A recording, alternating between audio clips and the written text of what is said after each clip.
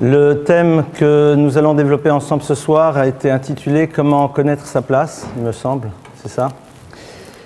Donc, pour essayer de réfléchir à ce sujet, tout d'abord, je voudrais bien sûr commencer notre réflexion par un point sur la paracha de la semaine. Nous allons aborder à partir de maintenant le troisième livre de la Torah, qui est le livre donc de Vaïkra. Et ce texte-là va nous parler d'un sujet qui est assez complexe, puisque c'est l'univers des corbanotes. Les corbanotes, traduction classique, ce sont les offrandes, les sacrifices. Et en effet, on va développer pendant de longs passages les différentes offrandes qui s'amenaient d'abord dans le Mishkan, dans le sanctuaire du désert, et puis par la suite au Beth Amikdash, au temple de Jérusalem. C'est vrai que l'univers des corbanotes n'est pas simple à comprendre. La première leçon que nous apprennent ces corbanotes est la suivante. Le corban, c'est donc au fond un animal qui va à un moment être là pour pouvoir être sacrifié, c'est-à-dire on va l'abattre. Désolé pour les éventuels supporters de la SPA. Et c'est vrai que, de manière générale, quand on parle de ça, ça fait toujours un petit peu bizarre dans ce monde dans lequel on prône le droit à l'égalité, et ça va aujourd'hui jusqu'à même le monde animal. Qu'est-ce qui se passe au fond quand on amène un corban ? La première leçon est la suivante, c'est de se rappeler que chaque élément dans l'univers a une fonction, et que au moment où on amène ce corban, eh bien, la personne qui l'amène doit se poser la question de savoir quelle est sa place et quelle est la fonction qu'elle doit occuper dans l'univers. Le corban a bien sûr d'autres dimensions que nous n'allons pas développer maintenant. On fera sans doute un cours particulier pour expliquer qu'est-ce qui se joue là-dedans. Mais déjà, le point de départ de la réflexion qu'on va élaborer, c'est que au moment où on se retrouve à utiliser cet animal pour une certaine fonction, eh bien, la première leçon que nous devons tirer pour nous, c'est si cet animal a une fonction, s'il a une place, eh bien, nous, quelle est notre place à l'intérieur de l'univers dans lequel on se trouve, et à travers la découverte de la place qui est la nôtre, bien sûr, en second temps, réfléchir sur quelle est la fonction qui doit être la nôtre dans cet univers. Et cela, on le retrouve entre autres dans un enseignement des Pirkei Avot. La Mishnah nous dit la chose suivante. La Mishnah nous dit « Al teibaz lochol adam » ne sois pas méprisant vis-à-vis de quiconque. « She'en locha adam she'en lo sha'a ve'en locha davar she'en lo makom » car il n'y a pas d'individu qui n'aura pas un moment son heure. « Ve'en locha davar » il n'y a pas une chose « she'en lo makom » qui n'a pas sa place. Il est intéressant de constater dans cette Mishnah, dans ce texte donc, du Talmud, qu'on va faire une distinction entre Adam, l'individu, et après Davar, une chose. En locha Adam, she'en lo sha'a. Il n'y a pas de personne qui n'a pas son heure. Serait-ce à dire que chacun d'entre nous va avoir son moment de gloire. Quel est le sens de cet enseignement ? Et après on nous dit Ven locha davar, il n'y a pas une chose. Donc là on n'est plus dans l'univers de l'être humain, on est dans l'univers de davar, une chose. Et on va essayer de comprendre pourquoi est-ce que c'est ce terme qui a été utilisé, she'en lo makom, qui n'a pas de place. Tout d'abord, en locha adam, she'en lo chasha. On est en train de dire à quelqu'un, al teibaz, n'aie aucune forme de mépris vis-à-vis de l'individu, car il n'y a pas d'individu qui n'a pas son heure. Alors est-ce que c'est ici une forme de conseil que l'on donne aux gens ? Méfie-toi, même cette personne qui pour l'instant pourrait être méprisée, risque un jour, elle, d'avoir son heure, éventuellement de te rendre la monnaie de ta pièce. Vous êtes d'accord que même si c'est vrai dans l'absolu, c'est un peu petit, et plus que cela, si c'est ça l'argument que tu dois apporter pour ne pas être dans le mépris de l'autre, alors c'est dramatique. C'est-à-dire, ne méprise pas, tu sais pourquoi ? Parce que sait-on jamais. Mais si c'est pas ça, alors méprise. Mishnah a priori curieuse. Et deuxièmement, en locha davar, il n'y a pas une chose chez en lo makom qui n'a pas sa place. Quel est le rapport? À la limite, sur la première partie, on peut la comprendre. Fais attention, ne méprise pas l'autre, car l'autre risque d'avoir son heure. C'est-à-dire celui que tu méprises, c'est nécessairement que tu es dans un rapport de force à ton avantage, puisque tu peux faire preuve de ce mépris vis-à-vis de lui. Mais quelle est cette notion de en locha davar chez en lo makom? Car aussi, il n'y a aucune chose qui n'a pas makom, son lieu. On va essayer d'ouvrir une réflexion sur cette Mishnah, et sur la base de ça, on va essayer de voir qu'est-ce qui se passe, comment est-ce qu'on fait pour découvrir sa place, est-ce qu'il faut la découvrir, et une fois qu'on l'a découverte, qu'est-ce qui va se passer dans notre vie. Al teibaz lo chol adam. Ne sois pas méprisant lo chol adam pour chaque personne qui rentre dans la catégorie de Adam. Adam, c'est la dimension de l'humain dans sa totalité, puisque dans le terme de Adam, vous avez deux notions. Tout d'abord, Adamé, ce qui veut dire « je lui ressemblerai ». Je lui ressemblerai, c'est-à-dire être à l'image de son Créateur. Et en même temps, la dimension de Adama, qui veut dire la terre. En effet, Adam, l'humain, c'est celui qui est pris dans cette double tension de savoir que d'un côté, il a cette possibilité de pouvoir ressembler au Créateur, on va essayer de comprendre comment, et en même temps, vivre dans cette conscience permanente de sa mortalité et surtout de son origine, qui au fond est celle de la terre vers laquelle il reviendra un jour. Al teibaz lo chol adam. C'est-à-dire, ne sois pas méprisant pour tout celui qui rentre dans la catégorie du Adam, celui qui serait soit dans cette dimension élevée, soit au contraire celui qui ne se verrait que dans cette dimension totalement mortelle, qui l'amènerait donc à avoir une vie dans laquelle ce qui l'intéresserait, eh bien, c'est essentiellement ce qui se passe ici et maintenant. Cette double dimension, nous l'avons en possible. Mais chacun d'entre nous décide si l'une et l'autre vont émerger de la même manière, ou si une va à un moment émerger plus par rapport à l'autre, voire même si une, en émergeant, ne risque pas de faire disparaître l'autre.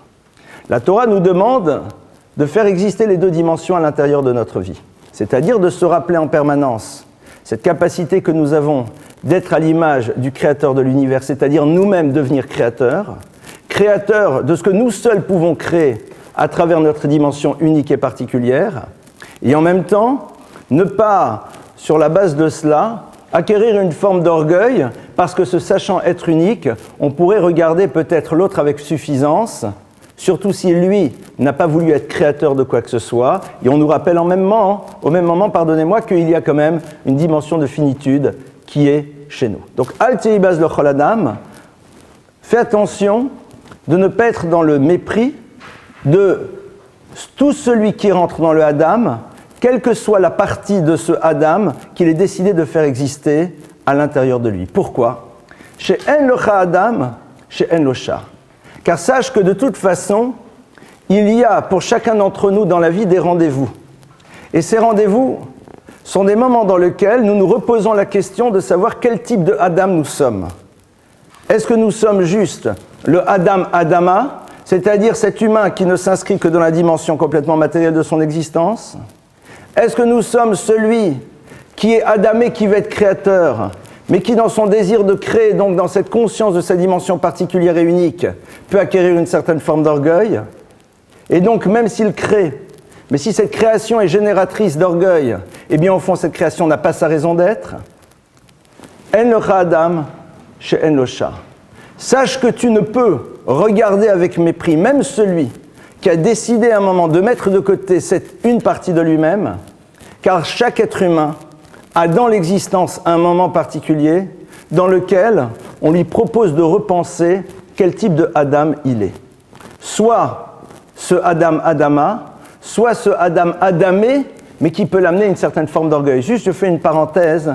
Vous savez que celui qui a créé, même si le terme est celui qui va permettre de faire émerger, je préfère cela, l'univers de la chassidoute, c'est-à-dire cet univers nouveau dans la manière de servir le créateur de l'univers, c'est le Baal Shem Tov. La Chassidoute, c'était une manière différente de s'inscrire dans l'univers de la Torah, dans laquelle on va faire émerger beaucoup plus les dimensions mystiques et les dimensions de joie. Eh bien, lorsque le Baal Shem Tov va quitter ce monde, il a été maître, il a été référence, il va créer un bouleversement extrêmement positif dans le peuple juif. Ses élèves vont lui dire, mais qui avons-nous, vers qui on va pouvoir se tourner pour trouver un maître à nouveau? Qui va être notre maître? Et le Baal Shem Tov leur a dit, vous allez vous tourner vers tous ceux qui sont autour de vous, ces grands, et puis vous allez leur demander conseil sur comment fait-on pour se battre contre l'orgueil. Et c'est celui qui vous dira « je ne sais pas », celui-là sera votre maître. Et en effet, l'histoire continue. Ils vont se tourner vers un certain nombre de références et leur demanderont « mais comment fait-on pour combattre l'orgueil ?» Et chacun d'entre eux leur donnera des définitions, tentera un certain nombre d'explications. Et puis un de ces maîtres qui sera donc le successeur, qui sera choisi par les élèves, eh bien dira « eh bien, mes chers amis, votre question est énorme, je ne sais pas. » Et ce « je ne sais pas » est l'expression de la conscience de la gravité de cet orgueil qui peut amener l'individu qui, même s'il est créateur, à aller exactement à l'encontre de ce que Dieu attend de lui, c'est-à-dire d'être un Adam Shalem, d'être un individu Shalem complet.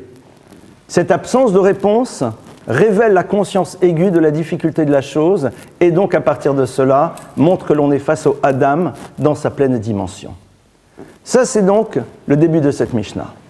Lorsque l'on nous dit cela, on nous renvoie donc, avant de penser l'univers de notre place, à savoir d'abord occuper cette dimension qui est celle du Adam qui nous constitue. C'est une invitation que nos maîtres nous font à, avant de découvrir notre spécificité, de savoir quel serait le danger de la découverte de celle-ci si au même moment on ne développe pas cette dimension d'humilité qui nous permettra d'être le Adam Shalem, l'homme dans sa dimension de plénitude, qui est capable, tout en connaissant sa génialité, de comprendre qu'il a un rôle et une fonction à remplir dans l'univers. Seconde dimension, Ve'en lo chadavar she'en lo makom. Il n'y a pas de davar, de chose, she'en lo makom, qui n'a pas sa place. Alors ici, le terme de davar est curieux parce que davar vient de la racine le daber, dibour, c'est une parole. On aurait pu utiliser un autre terme pour parler d'une chose. Or là,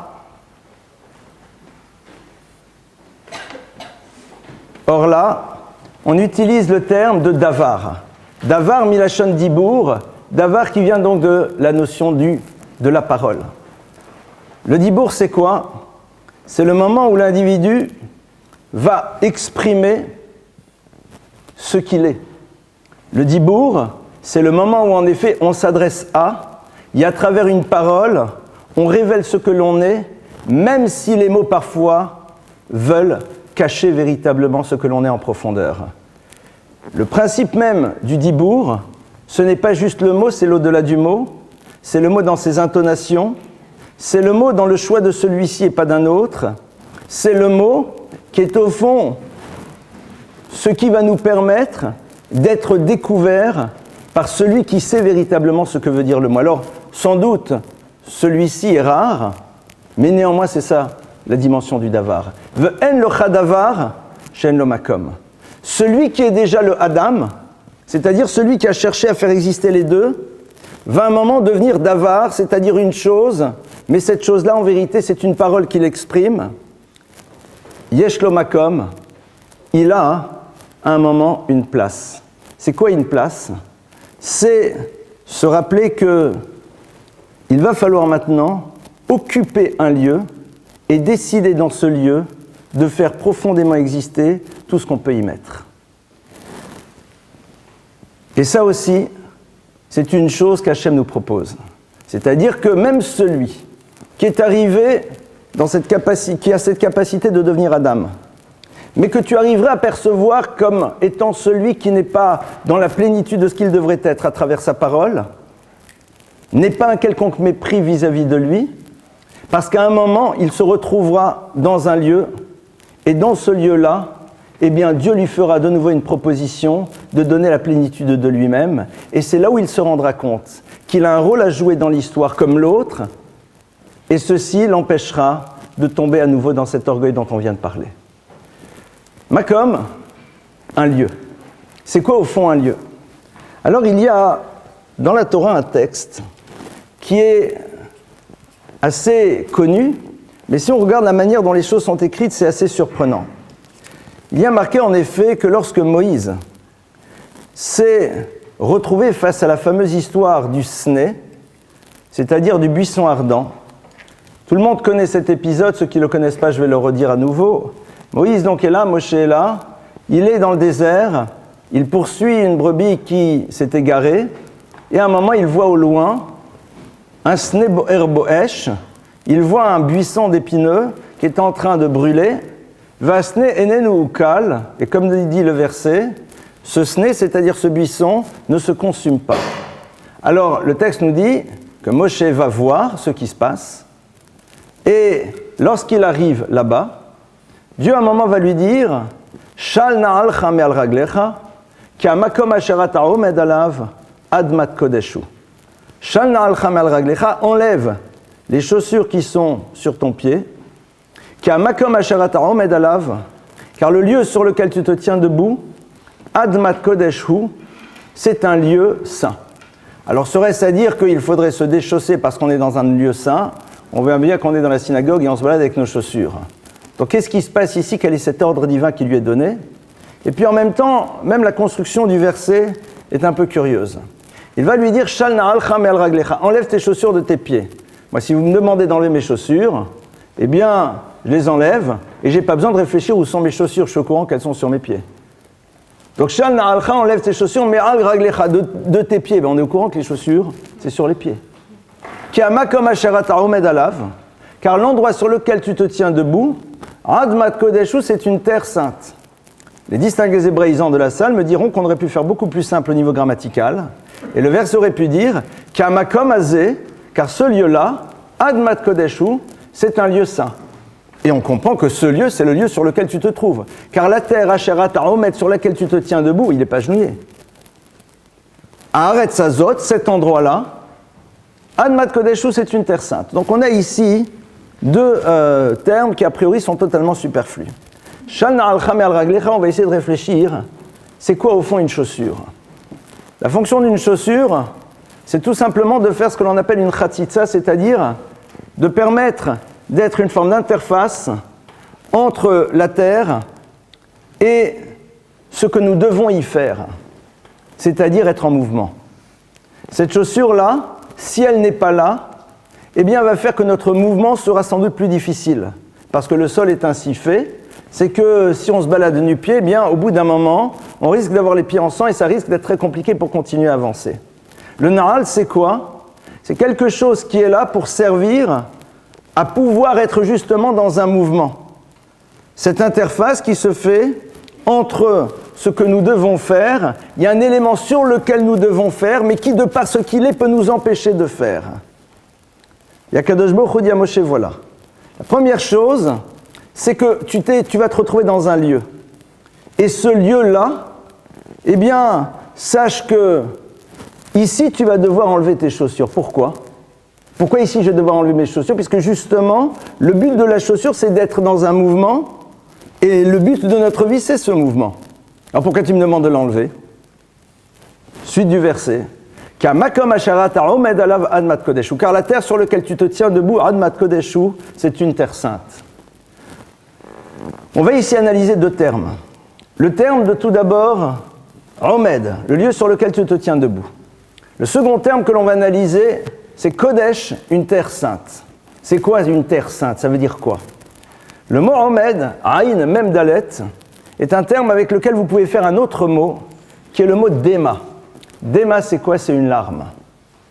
Dema, Dmaot, ce sont des larmes. Quel est le rapport? Avec le mot Kadosh, qui veut dire saint, vous faites un autre mot qui est le mot Shoked. Shoked, c'est celui qui est dans un effort intense pour réaliser quelque chose. Et le texte, entre autres, bien sûr, ce n'est pas la lecture exclusive, est en train de nous apprendre cela. Shal na'alcha me'al raglecha. Il faut savoir qu'il y a des moments dans lesquels le mouvement doit s'arrêter et ce que tu dois faire, c'est d'être prêt à rester là où tu te trouves, même si au fond ce lieu-là, c'est un lieu de larmes.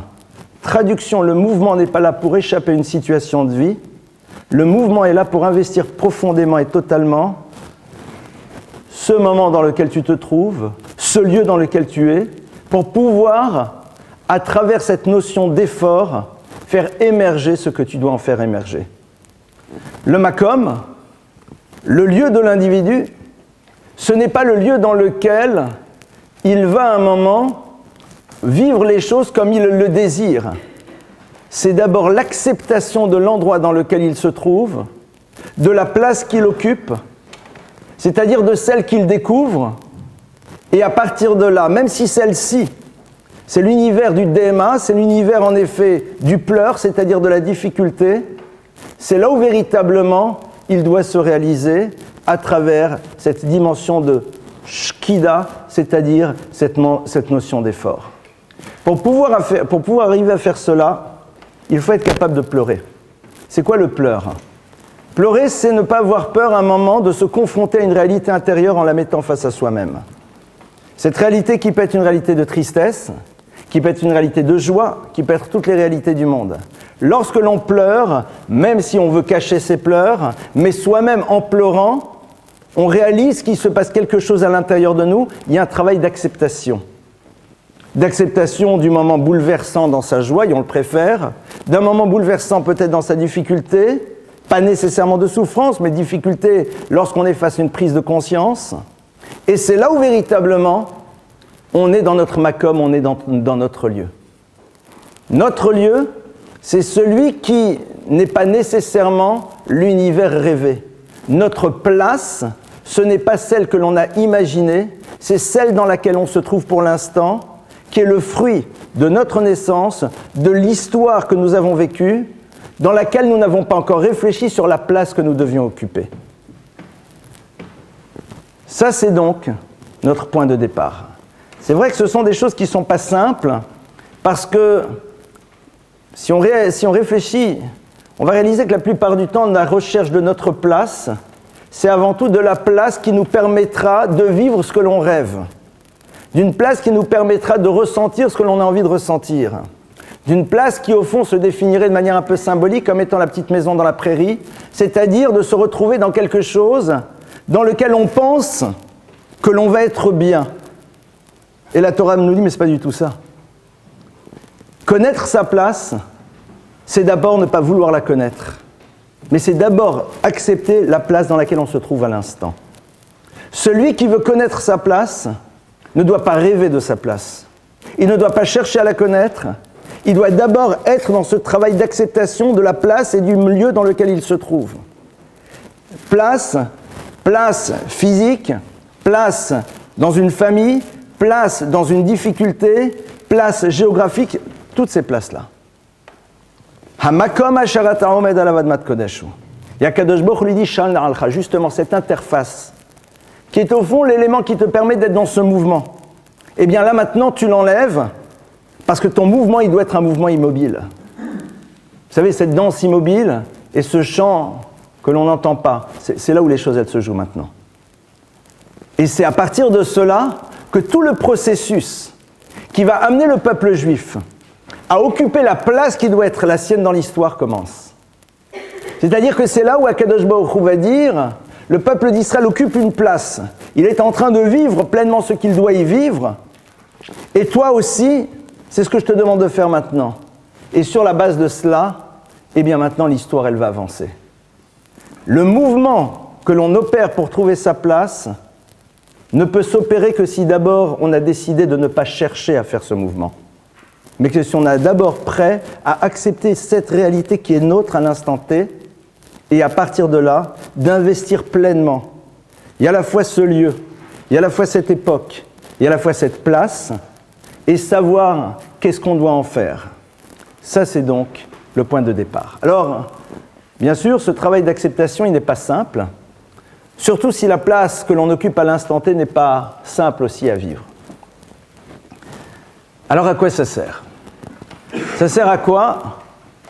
Et c'est là où en effet on rentre dans une notion qui est fondamentale dans la tradition juive, qui est celle de la Hashgacha pratit, c'est-à-dire de savoir que le créateur de l'univers est celui qui s'occupe de chacun d'entre nous de manière individuelle. Et s'occuper de nous de manière individuelle ne veut pas dire nécessairement répondre tout de suite à tous les désirs qui sont les nôtres. Et que donc la place qui est nôtre, pour l'instant, eh bien, c'est une place dans laquelle Hachem nous a donné la liberté d'être et que nous avons décidé maintenant d'occuper pour en faire ressortir tout ce qu'elle doit nous apporter pour justement peut-être par la suite ne pas être dans une place dans laquelle nous risquerons de souffrir. Tout le travail au fond de la vie de quelqu'un, c'est très tôt, c'est-à-dire dès le moment où il prend conscience de sa dimension particulière, d'occuper pleinement la place qui est la sienne, de ne pas être dans le rêve de ce qui se passera ailleurs, pour justement faire en telle sorte que cet ailleurs soit l'ailleurs dans lequel il va pouvoir s'exprimer à nouveau de manière optimale. Les mouvements de vie qui font que l'on change de place n'existent que parce que d'abord on n'a pas cherché à changer de place, on a cherché à occuper pleinement celle dans laquelle on se trouvait, et c'est ça qui va nous permettre par la suite de nous retrouver ailleurs. On peut le regarder de manière très intéressante, sur des exemples qui vont vous paraître peut-être un peu banals, j'en conviens, mais qui, d'une certaine manière, sont de l'ultra concret. Regardez un enfant qui va à l'école. L'école, c'est, on va dire, son buisson ardent à lui, plutôt buisson parce que, avec des épines, c'est un lieu, c'est un univers, c'est un moment de vie. Est-ce qu'on est dans le rêve des vacances? Est-ce qu'on est dans le rêve des études? Est-ce qu'on est dans le rêve des post-études? Ou est-ce qu'on décide qu'au fond, là où on se trouve, maintenant il y a quelque chose à faire exister? Vous constaterez que les véritables réussites d'existence se retrouvent chez ceux qui justement n'ont pas voulu être dans leur rêve pour pouvoir occuper pleinement la place qui était la leur à un moment T. Et c'est ça qui les amène vers des lieux dans lesquels beaucoup d'autres ont rêvé, mais dans lesquels ils ne se trouvent pas. C'est, au passage, dans l'univers du moussar, c'est-à-dire dans l'univers du travail sur soi et de l'éthique, un élément fondamental, puisque on nous apprend que pour pouvoir justement être dans un mouvement de vie, il faut être dans une forme de lenteur, parce que la lenteur nous permet de savoir occuper pleinement le cadre dans lequel nous nous trouvons maintenant. Parce que la rapidité fait que ce que nous devions prendre ne peut pas être pris, et si nous prenons quelque chose, nous le prenons de manière imparfaite, et donc à ce moment-là, nous rentrons dans une recherche permanente, mais où est ma place? Parce qu'au début de l'histoire, on n'a pas d'abord voulu l'occuper pleinement. On peut décider de commencer son histoire maintenant. C'est-à-dire chacun d'entre nous a cette liberté d'occuper sa place et véritablement de ne pas vouloir se retrouver tout de suite ailleurs. Il y a un texte dans le Talmud, dans le traité de Sanhédrin, qui est passionnant et qui nous dit la chose suivante. Sanhédrin, c'est donc un traité du Talmud qui nous relate comment se passait le système juridique à l'intérieur du peuple d'Israël. Et on est en train de nous parler de Sanhédrin. Comment était installé le Sanhédrin? Le Sanhédrin, c'était le grand tribunal de Jérusalem. Alors, je ne vais pas vous lire toute la Mishnah parce que ça serait trop long. Mais on nous dit voilà qu'ils étaient assis en arc de cercle. Et puis après, il y avait donc les greffiers. Enfin, on nous décrit exactement comment fonctionne une vraie cour de justice. Et on nous dit Veshalosh shurot shel talmidei chachamim yoshvim lifnem. Et il y avait 3 rangées de sages.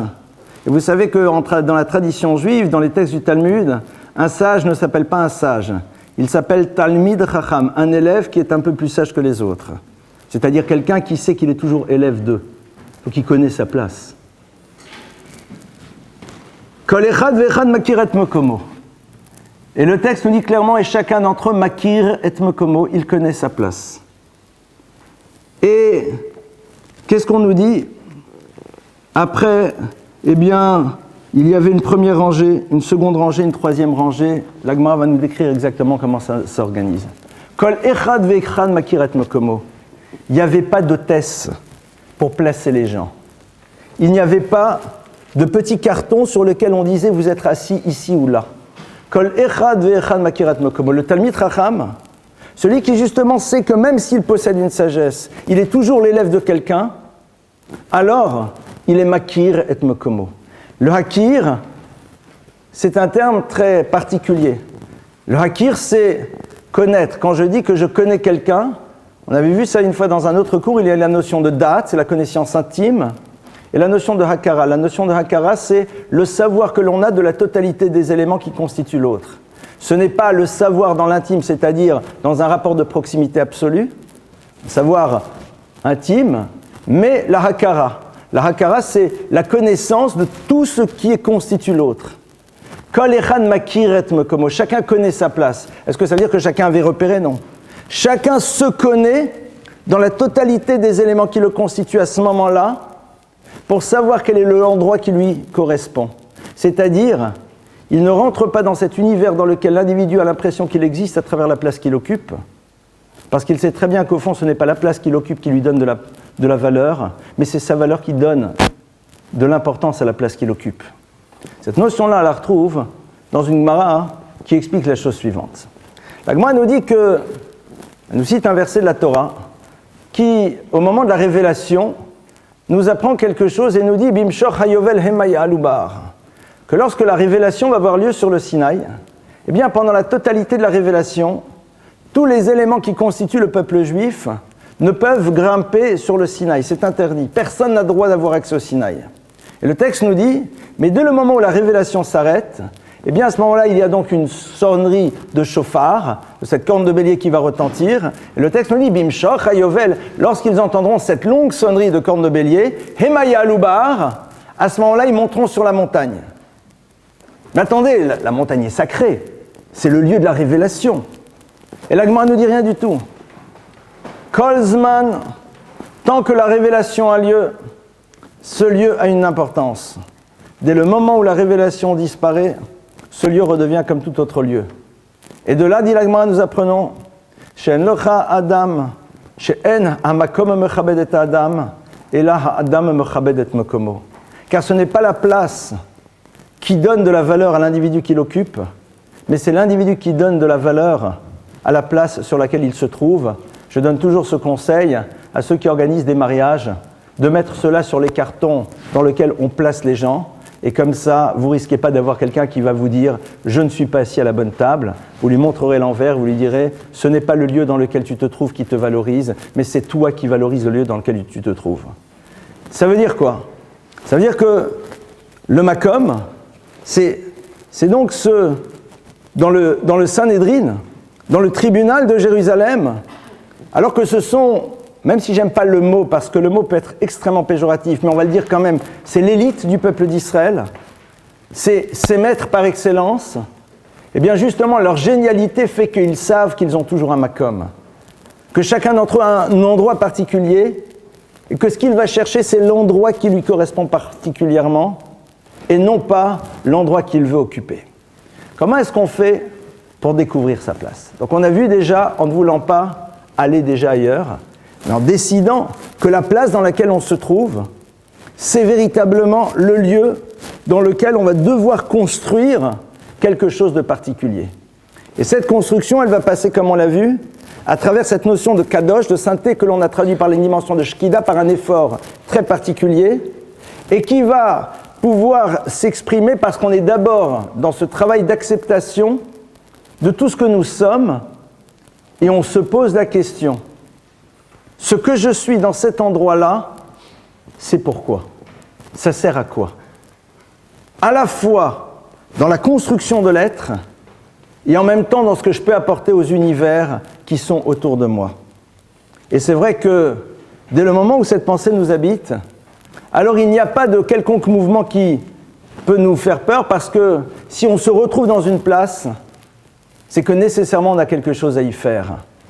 Ce n'est pas ce que j'avais projeté et imaginé, ce n'est pas ce que j'avais rêvé, mais c'est peut-être parce que justement j'ai rêvé que je me retrouve toujours là où je suis. C'est peut-être parce que justement je n'ai pas voulu d'abord habiter la place qui était la mienne, que je ne me retrouve pas à la place où j'ai rêvé. Parce que pour pouvoir y accéder, il fallait d'abord ne pas vouloir justement quitter le lieu dans lequel on se trouve, mais en tirer la quintessence de ce qu'il pouvait nous amener au niveau de notre construction personnelle. Faire en telle sorte que la difficulté même d'être dans ce lieu soit l'élément qui va nous permettre de pouvoir un jour réaliser que nous n'avons plus rien à y faire, et donc à partir de cela, on remet ses chaussures et le mouvement s'opère, et on se retrouve dans une autre place, dans quelque chose d'autre. Et vous verrez d'ailleurs, c'est très caractéristique, que ceux que l'on appelle les maîtres du peuple juif ont cette particularité, c'est qu'ils n'ont jamais eu de projet de carrière. Ils n'ont jamais eu de projet de carrière, ils ne se sont jamais posé la question de savoir quelle place ils voudraient occuper un jour. Ils se sont tout simplement contentés chaque jour de leur vie de faire ce qu'ils devaient faire là où ils étaient avec les éléments qui étaient avec eux. Et puis dès le moment où justement ils avaient fait tout ce qui était possible, de facto ils se sont retrouvés ailleurs. Et un jour, ce ailleurs, eh bien, s'impose, c'est d'être ceux vers lesquels naturellement on se tourne, parce que justement ils ont su occuper pleinement et totalement ces places dans leurs différentes étapes de vie. Et vous constaterez que souvent, ceux qui ont eu un plan de carrière vont peut-être accéder à des résultats. Mais qui accède? Est-ce que c'est un Adam ou c'est autre chose? Regardez et analysez la dimension de Adam, de ceux qui occupent la place qu'ils ont rêvée. Se pose-t-il la question de Adamé, je veux ressembler au créateur de l'univers, c'est-à-dire moi aussi, être créateur de ce que je dois réaliser dans ce monde, et en même temps me rappeler de ce que je suis, et être dans une réelle humilité. La plupart du temps, ces créations ne sont là que pour eux, et le fait qu'elles apportent aux autres, c'est juste une manière de se remonter le moral en disant « je ne suis pas trop égocentré ». Et quant à l'autre partie qui est celle de l'humilité, la plupart du temps, il va falloir bien chercher pour pouvoir la trouver. Poukrasi, dit la Gemara, sors et vois. Sors, vois et observe. Maintenant, comment est-ce que nous, on peut faire là où on se trouve? Ça, c'est la question qui se pose. Et pour cela, on va rentrer dans quelque chose qu'on avait une fois analysé ensemble. C'est cette notion-là de Kohelet Rabbah. Dans Kohelet, on nous dit la chose suivante. Al tomar shehayamim harishonim hayu tovim em ele, ki lo mechochma sha'al tazot. Ne te dis jamais que les jours passés étaient bien mieux que ceux que tu vis aujourd'hui, ki lo mechochma sha'al tazot, car ce n'est pas la chokhma, la sagesse, qui t'amène à poser ce genre de questions. C'est-à-dire d'abord, ne pas vouloir être dans le regret d'un univers et ne pas vouloir être dans la projection vers un autre univers. C'est déjà le premier point. Il faut se forcer à cela. Al tomar, kilom et chokhma. Celui qui pense comme cela, il n'y a pas chez lui cette notion de chokhma. Parce que la chokhma, c'est quoi? La sagesse, on l'a déjà vu ensemble dans ce cours. Chokhma, ce sont deux mots. Koachma, c'est la force du pourquoi.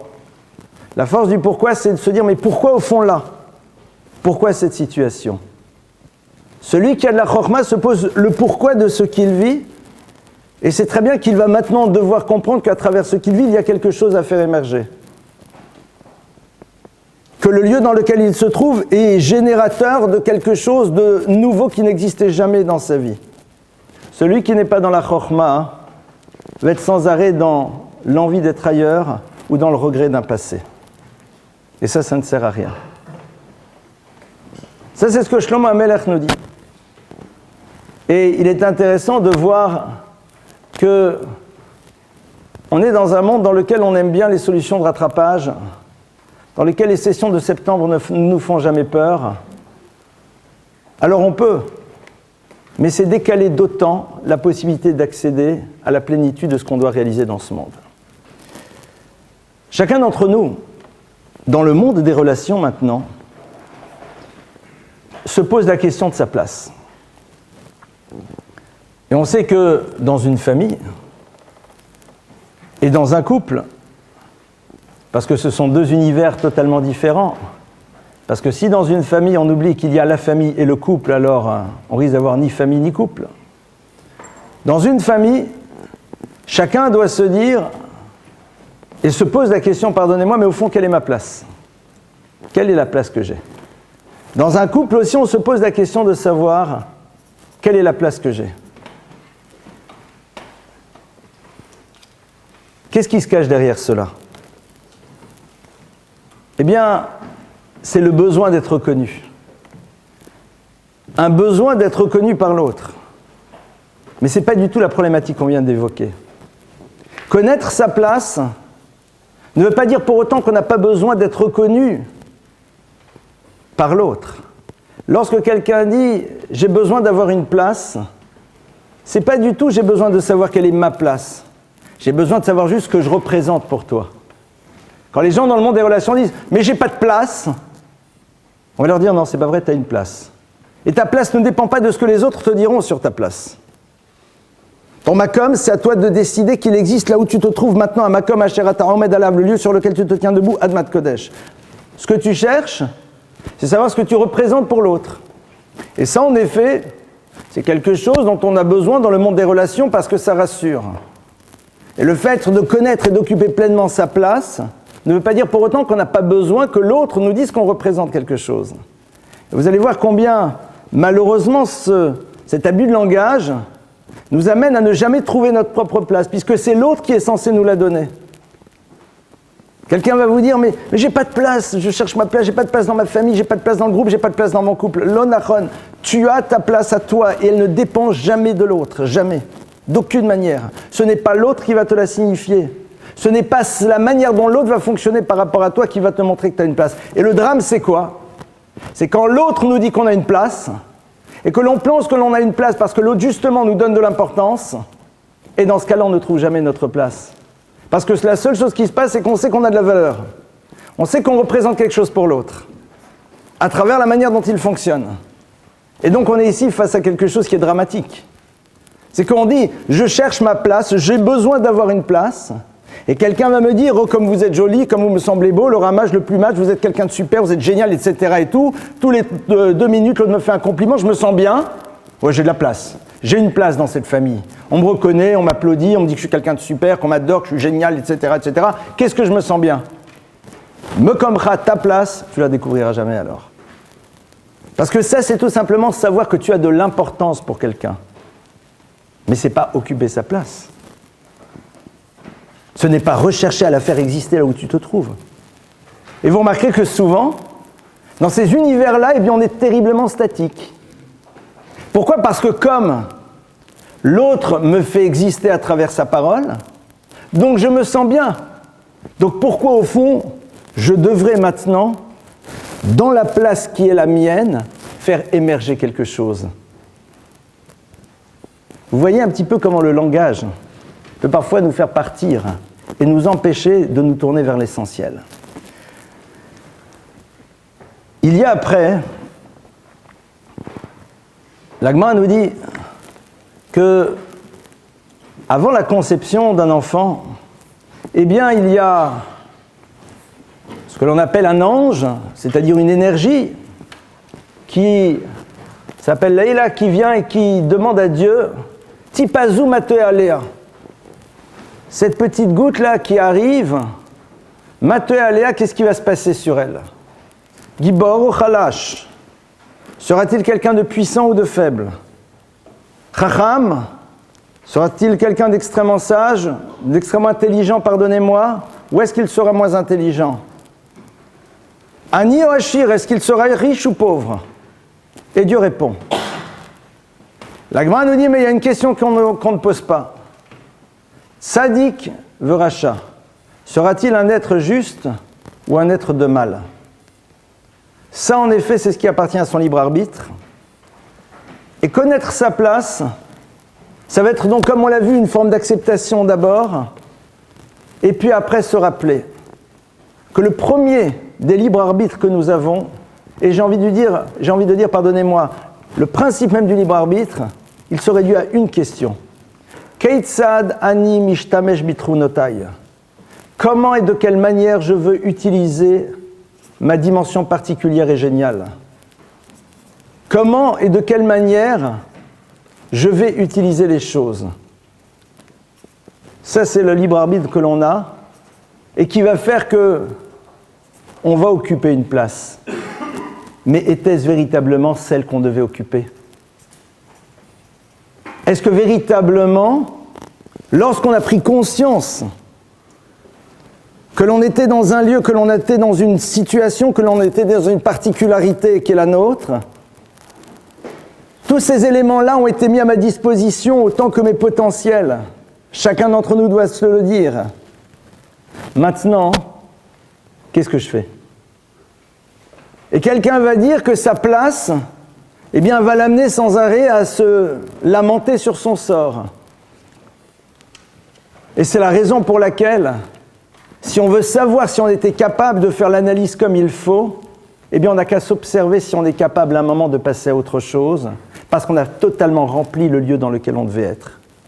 Si notre place, c'est un lieu qui nous enferme, si notre place, c'est un lieu dans lequel l'univers du mouvement n'est pas présent, alors on a décidé au fond de rester là où on se trouve et de ne pas rentrer dans une dynamique. Et cette dynamique, ce n'est pas un choix, j'ai envie de dire, c'est presque un constat que l'on va faire. On va réaliser que l'on est maintenant dans un ailleurs, non pas parce qu'on a voulu y aller, mais parce que là où on se trouvait, l'histoire s'est terminée, et donc nécessairement notre place, elle se passe dans un autre moment, dans un autre univers. C'est un constat. À un moment, on réalise bien que ça y est, le trou, puisqu'on va prendre ce symbole, dans lequel on se trouvait, eh bien, ça y est, nous l'avons totalement comblé, c'est-à-dire nous avons fait émerger tout ce qu'on pouvait mettre en place ici. Et donc, naturellement, notre place, elle se situe ailleurs. Aller jusqu'au bout d'une réalisation possible, dans le cadre dans lequel on se trouve, avec les potentiels que l'on connaît de soi, avec la situation qui est la nôtre, nécessairement nous amènera à un moment à nous retrouver dans une étape suivante. Il y a un midrash, il y a une Gemara dans Shabbat qui est très très intéressante. Je vais essayer de vous la citer dans le texte. Si le texte se trouve ici, je le retrouve tout de suite.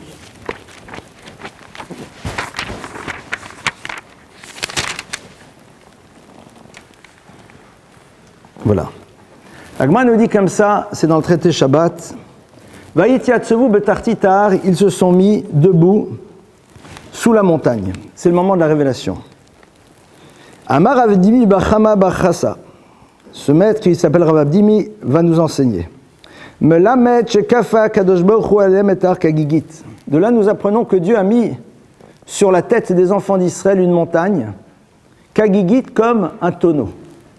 Vamar lahem, et il leur dit. Imatem kabli ma Torah mutav, si vous recevez la Torah, c'est bon, veimlav, et sinon sham tekvoratrem, ici sera votre tombeau. Une question qui se pose, à laquelle je ne répondrai pas ce soir, parce que ce n'est pas le sujet, c'est si c'est comme ça, comme disait l'autre, difficile liberté. Comment voulez-vous choisir autre chose? Alors le texte, il est là. Et le peuple juif a accepté en parfaite conscience et en parfaite liberté la Torah. Réfléchissez au fait de cette semaine avec ces deux éléments. Nous avons été totalement libres de la recevoir et pourtant le texte nous raconte une histoire dans laquelle, on nous met une montagne sur la tête. Vous avez le droit de trouver aussi vos réponses. Voilà, je vous donne des devoirs pour la semaine. Mais ce qui m'intéresse, oui, c'est vrai quoi, vous avez le droit de bosser aussi. La question qu'on pose, il y en a plusieurs bien sûr, mais c'est cette image un peu curieuse. Kafa lehem et ar kagigit. Il leur met la montagne sur la tête, kagigit comme un tonneau. Pardonnez-moi, si le texte nous avait dit Dieu prend la montagne sur leur tête et leur dit, ça me suffit amplement, c'est quoi cette image du tonneau? Une montagne sur la tête comme un tonneau. En plus, allez-y, la montagne, le tonneau, il faut un peu d'imagination. Alors bien sûr, il y a plusieurs lectures quand je vous propose une explication, souvent sont celles que j'ai entendues de mes maîtres. Eh bien, ici, il y a peut-être un élément. Kafalem et ar kagigit, c'est quoi la particularité d'un tonneau? Imaginez une montagne qui est comme un tonneau. Vous imaginez le Mont Blanc comme un tonneau. Alors, vous êtes dans le tonneau. On met le tonneau sur la tête. Entre vous et moi, on peut faire du chemin dans le tonneau. Parce qu'il est large. Mais la particularité du tonneau, c'est qu'au fond, on sera à terme dans un mouvement circulaire. C'est-à-dire que même notre linéarité, à un moment, aura quelque chose qui s'arrête. Akadosh Baruch Hu dit, si vous voulez être dans un mouvement linéaire permanent dans l'existence, alors la Torah va vous permettre de la voir. Pourquoi ? Parce que la Torah, justement, elle commence son histoire au moment où Dieu dit à Moshe qu'à Makom Asher Ata Omed Alav Admat Kodeshu, car le lieu sur lequel tu te trouves maintenant, c'est-à-dire sur lequel tu te tiens debout, on a vu que le mot tenir debout, c'est aussi Dema, c'est-à-dire cette acceptation que c'est pour l'instant dans cette réalité que tu dois être présente et que tu n'as pas peur de t'y confronter. Et tu es Omed, tu te tiens debout, tu ne t'écroules pas. Admat Kodeshu, c'est là véritablement où tu vas pouvoir réaliser ce que tu dois être à travers cet effort de Shkida, à travers cet effort permanent. C'est ce que la Torah nous propose de manière constante. Bien sûr, ce n'est pas si simple, surtout dans un univers dans lequel la proposition du mouvement n'est là que pour atteindre un rêve, qui une fois lorsqu'il est atteint ou qu'on a l'impression qu'on l'atteint parce qu'on nous a dit que c'était ça au fond le vrai rêve, eh bien, on nous demande juste de faire en telle sorte que d'entretenir et de rester bien dans le cadre dans lequel on se trouve. Et je vais vous donner un exemple tout bête. Un couple se marie. Ils ont un enfant. Ils en ont un second. Stop. Mais une fois que le deuxième a commencé à grandir, ton potentiel de donner la vie, il est toujours là. Alors pourquoi il n'existe plus ? C'est juste la question qu'on doit se poser. La Torah ne met pas de côté l'univers de la contraception, je vous rassure tout de suite. La Torah intègre dans l'univers du couple aussi l'équilibre du couple, le corps, la femme, son psychisme, l'homme, etc. Tout, on intègre tout. Mais la Torah te dit, mais au fond, pourquoi pas ? Et explique-moi pourquoi pas. Ah, tu n'as pas fini véritablement ? C'est pas vrai. Quand tu as fini de mettre en place ce qui est nécessaire pour ce bout de chou, c'est-à-dire quand il commence maintenant à se développer, tu n'as pas d'énergie pour qu'un autre arrive ? Pose-toi la question. Sauf dans un monde dans lequel, eh bien, l'objectif de cet enfant, c'est avant tout moi-même, c'est-à-dire de renforcer mon image narcissique, ou alors, certains psychanalystes pourraient le dire, pour mettre de côté nos angoisses de mort. Rappelez-vous de la chanson de Balavoine, quoi, n'est-ce pas ? Mon fils, pour s'extraire de nos angoisses de mort, alors il faut qu'il soit là, quoi. Peut-être, ou alors non. Ça y est, t'as fini, t'as pleinement rempli les choses, next. Automatiquement, la question, elle se pose. Dans ce potentiel qui est toujours là. De manière maintenant ultra pragmatique et ultra concrète, pour pouvoir faire ce travail, chacun doit s'arrêter et se dire, bon, où j'en suis maintenant ? Pas dans un bilan rasratisant et angoissant de l'existence. Ça sert à rien. Ça sert à rien. Faire le bilan, super, next. Combien de temps tu vas passer après et combien de boîtes de Kleenex tu vas acheter ? Et si c'est dans l'autre sens, eh ben, tu vas te sentir tellement bien qu'il n'y a plus de raison d'être dans le mouvement. Tu vas dire, voilà, maintenant, à cet instant-là, je suis où, je suis quoi, c'est quoi mes potentiels, c'est quoi les éléments dont je dispose, c'est quoi le lieu dans lequel je suis. Et à partir de cela, se dire, moi, alors avec tout ça, on fait quoi ? Habechira Rishona, on a vu le premier choix, c'est quoi ? Comment l'individu, comme dit Rav Wolbe, va décider d'utiliser la totalité des éléments qui le constituent à un moment T dans l'histoire, dans le lieu dans lequel il se trouve.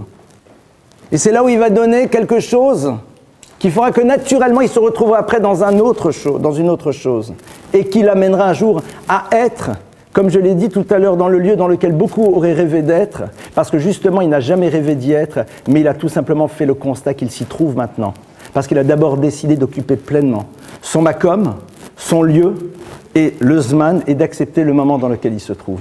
Ça, c'est quelque chose qu'on peut faire dès maintenant. On peut le faire dès ce soir, on peut le faire demain matin aussi. Ça exige bien sûr un minimum de savoir sur les potentialités qui sont les nôtres. Ça exige bien sûr un travail d'acceptation qui n'est pas du tout une problématique de résignation, mais tout simplement une autre lecture des situations que l'on vit et des cadres dans lesquels on se trouve. Voilà la proposition que la Torah nous fait. Comme vous le voyez, elle est passionnante. À nous de savoir si tout simplement on a envie d'y répondre. À vous les questions. Oui ? Il y a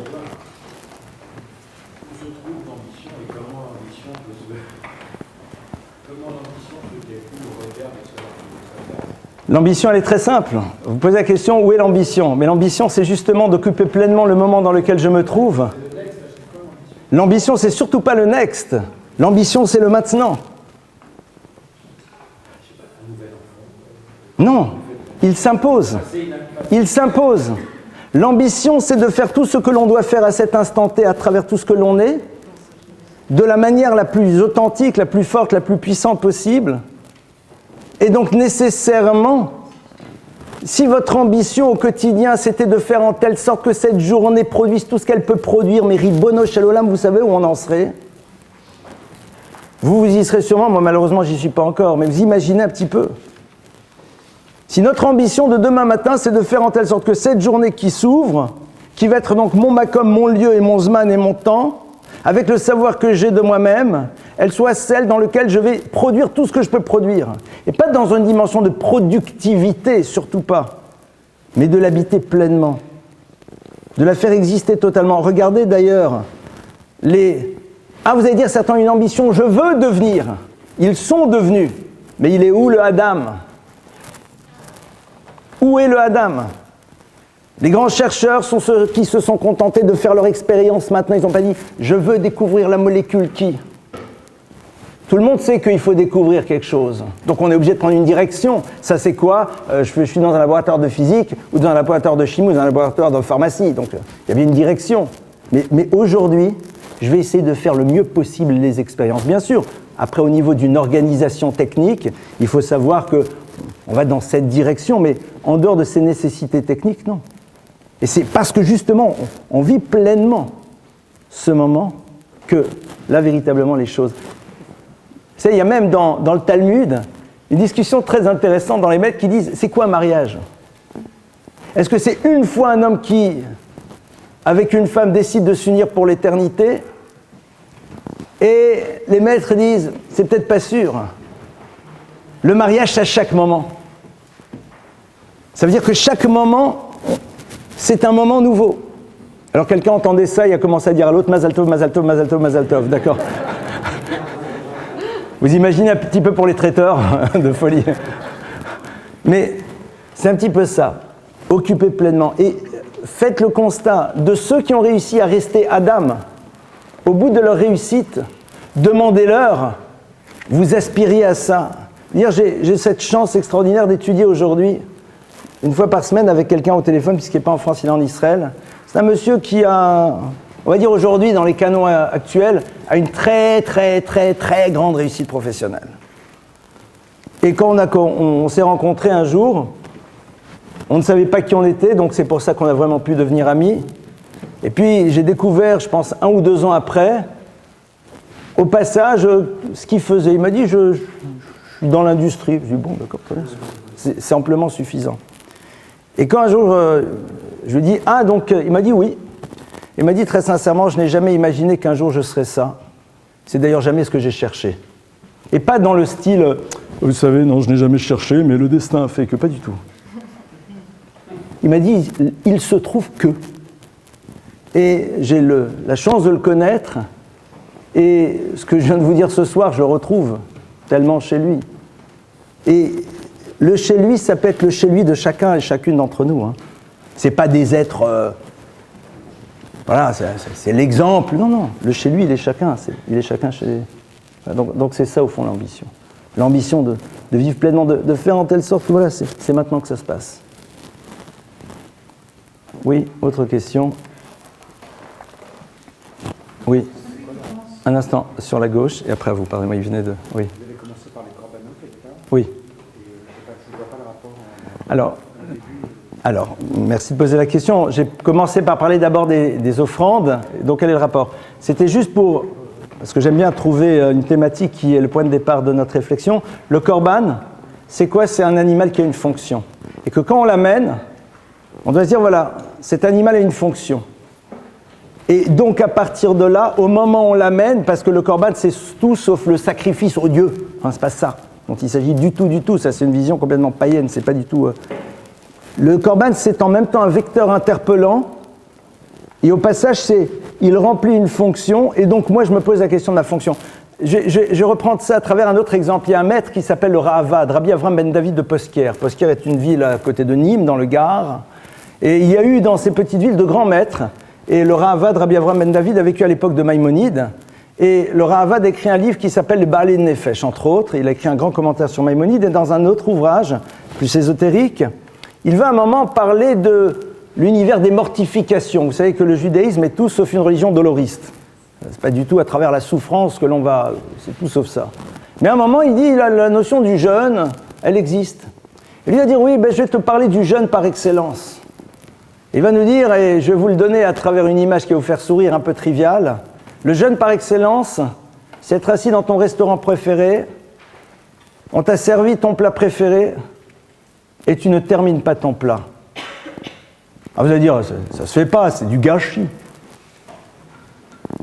T'as donné ta fameuse bouteille que tu aimes tant, et puis t'as pas fini la bouteille, non pas parce qu'à l'extérieur il y a un contrôle d'alcoolémie. Hein. Mais pourquoi ? C'est pas interdit, c'est méga cachère. Puis peut-être au prix où tu l'as payé, en plus t'as envie de finir. Et puis en plus c'est du gâchis, nous auraient dit nos mères. Faut pas gâcher la nourriture. Vestige des angoisses du passé. Et le Rava dit pas du tout, c'est un jeûne que tu fais. Parce que savoir réfréner à un moment quelque chose, parce que là t'as plus faim, alors c'est quelque chose d'énorme. C'est bien plus complexe que de ne pas y aller. Savoir se dire oui mais stop, c'est quelque chose qui t'aide à grandir. Non pas du tout fais-le tous les jours pour te faire souffrir, mais réalise que tu es capable de. Ah, cette nourriture qui va être jetée, elle remplit sa fonction. Parce que là, ce sont les nutriments spirituels de cette nourriture que tu es en train d'ingérer au moment où tu ne la consommes pas. Au moment où tu la consommes, ce sont des nutriments matériels qui sont en train de pénétrer ton corps et qui vont te nourrir. Au moment où tu arrêtes cette consommation, ce sont des nutriments spirituels qui sont en train de te construire. Et donc cette chose remplie, cette nourriture non consommée, est en train de remplir cette fonction. C'est pour ça qu'il faut aussi à un moment, si ça ne vous dérange pas, sortir un peu des chemins classiques et réfléchir 2 minutes. Et que la fonction, ce n'est pas toujours ce que l'on croirait. Vous savez, c'est comme dans l'univers de l'éducation. La fonction du parent, c'est parfois justement de savoir ne pas être pour laisser l'enfant être. Mais il faut savoir à quel moment et de quelle manière et dans quel cadre. Aujourd'hui, on fait tout le contraire. Là, on devrait être, on n'est pas, et là, on n'a pas besoin d'être, on est. C'est super rigolo d'ailleurs si vous constatez. Au niveau de l'éducation, c'est génial. Alors, là, on aurait besoin d'être, on n'est généralement pas. Et puis, ça, c'est aussi se dire quelle est ma fonction à ce moment-là. D'accord ? Oui. Quelle était votre question ?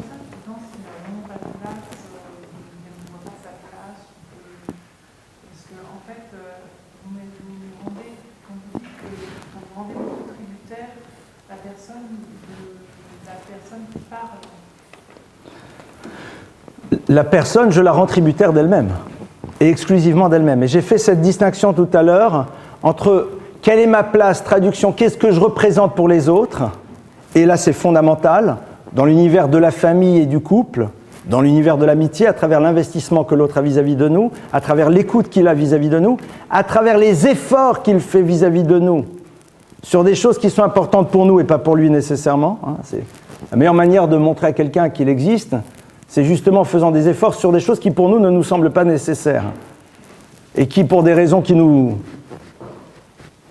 seront toujours obscures, incompréhensibles, pour l'autre est important. N'oublie pas de me ramener un sac, enfin un truc débile quoi, tu le ramènes quoi. Ça c'est la place dont on a... Qu'est-ce que je représente ? On peut arriver à un moment, si on fait un vrai travail sur soi, à ne plus trop être dépendant de ça, mais dans l'univers de la famille et du couple c'est capital. Même un couple, je me rappelle, un de mes maîtres, rescapés d'Auschwitz, etc., de ceux qui, après Auschwitz, ont décidé que s'ils étaient là, c'est qu'ils avaient une responsabilité dans l'histoire, c'est de faire continuer l'histoire. Eh bien, je me rappelle, quand il a fiancé son fils, lui-même était déjà assez âgé, il a perdu toute sa famille avant la Shoah, donc il s'est remarié après et tout. Je me rappelle, on était chez lui, et puis sa femme, la Rebbetzin, était là, et puis elle nous amenait des gâteaux, et puis le Rav disait, vous avez vu comment ils sont bons ces gâteaux ? Pourtant, ça fait 50 ans, 40 ans que vous êtes mariés, c'est bon. Ça va. Non. Ça, c'est... Là-dessus, Et souvent, on regarde ça avec un peu de condescendance, parce qu'on se dit, non, on est au-dessus de ça. C'est vrai. C'est la raison pour laquelle on valide aujourd'hui tous les échecs en disant qu'au fond, ça fait partie des choses de la vie. C'est pas comme ça que la Torah voit les choses. Et après, ma place, celle qui n'est pas donc qu'est-ce que je représente, elle dépend avant tout du regard que je décide moi-même de porter sur les choses. Et jamais de la parole de l'autre. La parole de l'autre, c'est celle du parent qui va m'aider à savoir comment on découvre son potentiel et sa particularité, et comment on occupe le moment dans lequel on se trouve. C'est ça l'éducation. Et qui va me dire, arrête de rêver sur demain, mais d'abord fais exister l'instant, pleinement, totalement, dans une forme de carpe diem spirituel. À la seule différence que celui-là produira, alors que l'autre, la plupart du temps, nous figera. Voilà, c'est un petit peu comme ça, en tout cas, que la Torah nous propose de voir les choses. Autre question? Bon, écoutez, plus d'autres questions, très bien. Donc moi, je vous souhaite Shavua Tov.